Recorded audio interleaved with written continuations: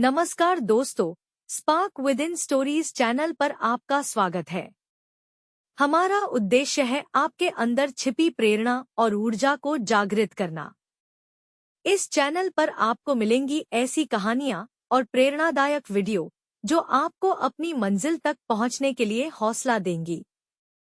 चाहे आप जीवन में मुश्किल दौर से गुजर रहे हों या अपनी क्षमताओं को पहचानने की कोशिश कर रहे हों, स्पार्क विद इन स्टोरीज आपकी हर कदम पर साथी बनेगा।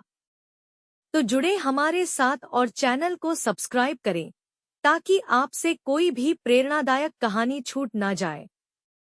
आपके सपनों को साकार करने का सफर यहीं से शुरू होता है।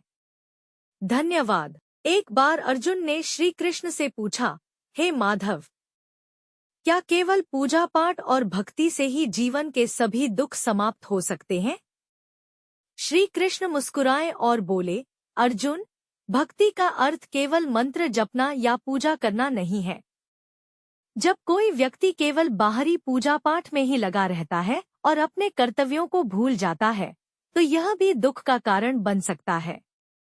अर्जुन ने आश्चर्य से पूछा, कैसे प्रभु? श्री कृष्ण ने एक कहानी सुनाई। महाभारत का युद्ध समाप्त हो चुका था। कौरवों का विनाश हो चुका था और पांडवों ने धर्म की विजय प्राप्त की थी। लेकिन यह विजय जितनी बाहरी रूप से चमकदार थी, उतनी ही आंतरिक रूप से जटिल और पीड़ादायक भी थी। युद्ध के बाद पांडवों के मन में शांति नहीं थी। अर्जुन, जो श्री कृष्ण के सबसे प्रिय मित्र और भक्त थे, वे अनेक प्रश्नों से घिरे थे।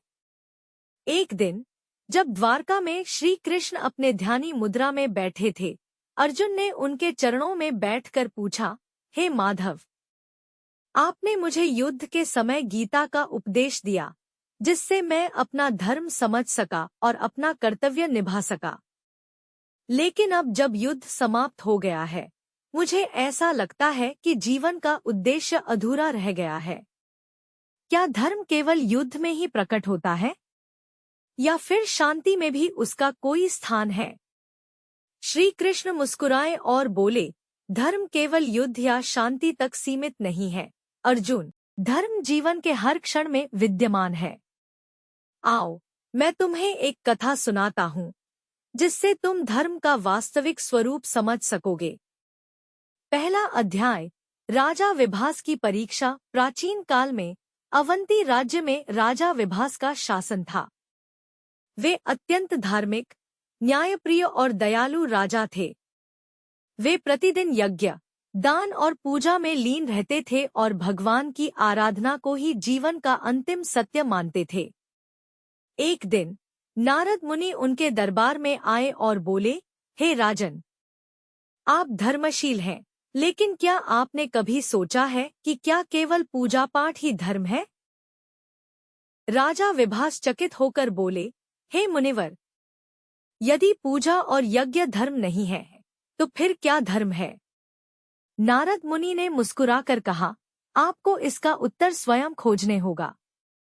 मैं आपको आशीर्वाद देता हूँ कि आप शीघ्र ही अपने जीवन की सबसे बड़ी परीक्षा से गुजरेंगे। कुछ ही दिनों बाद एक भीषण अकाल पड़ा। राज्य में अन्नजल की भारी कमी हो गई। राजा विभास ने अपने कोष से लोगों को दान देना शुरू किया, लेकिन जल्द ही भंडार समाप्त हो गया। अब उनके पास दो ही विकल्प थे, या तो वे अपनी पूजा पाठ और यज्ञ जारी रखें या फिर राज्य की जनता की रक्षा करें। राजा द्वंद्व में पड़ गए। वे सोचने लगे, यदि मैं पूजा पाठ छोड़ दूं, तो मेरा धर्म भ्रष्ट हो जाएगा। लेकिन यदि मैं जनता की रक्षा न करूं, तो क्या यह अधर्म नहीं होगा? दूसरा अध्याय, धर्म का सच्चा स्वरूप। राजा विभास अपनी दुविधा लेकर एक तपस्वी के पास पहुंचे। तपस्वी ने मुस्कुराकर कहा, राजन, धर्म कोई एक कार्य नहीं है, बल्कि यह जीवन की हर परिस्थिति में सही निर्णय लेने की शक्ति है। यदि आपका यज्ञ लोगों के प्राणों से अधिक महत्वपूर्ण है, तो क्या वह धर्म हो सकता है? राजा को सत्य का आभास हुआ। उन्होंने यज्ञों को रोककर शेष अन्न को जनता में बांट दिया और राज्य को इस संकट से उबारा। जब अकाल समाप्त हुआ तो नारद मुनि पुनः आए और बोले, हे राजन, अब आप समझ गए कि धर्म केवल पूजा पाठ तक सीमित नहीं है, बल्कि यह वह कर्म है जो प्रत्येक स्थिति में उचित हो। तीसरा अध्याय, अर्जुन का आत्मबोध। श्री कृष्ण ने कथा समाप्त की और अर्जुन की ओर देखा। अर्जुन के नेत्रों में नई ज्योति थी। वे बोले, हे केशव, अब मैं समझ गया कि केवल पूजा पाठ ही धर्म नहीं है, बल्कि धर्म वही है जो परिस्थिति के अनुरूप उचित हो। जीवन में कर्म और कर्तव्य का संतुलन ही सच्चा धर्म है। श्री कृष्ण मुस्कुराए और बोले, अर्जुन, यही गीता का अंतिम संदेश है। कर्म ही धर्म है और धर्म ही जीवन का सार है। निष्कर्ष, यह कथा हमें सिखाती है कि धर्म केवल बाहरी आडंबर नहीं, बल्कि जीवन के हर क्षण में उचित निर्णय लेने की शक्ति है। श्री कृष्ण की वाणी हमें यह संदेश देती है कि जीवन में सच्ची भक्ति वही है जो कर्म, प्रेम और सेवा से जुड़ी हो।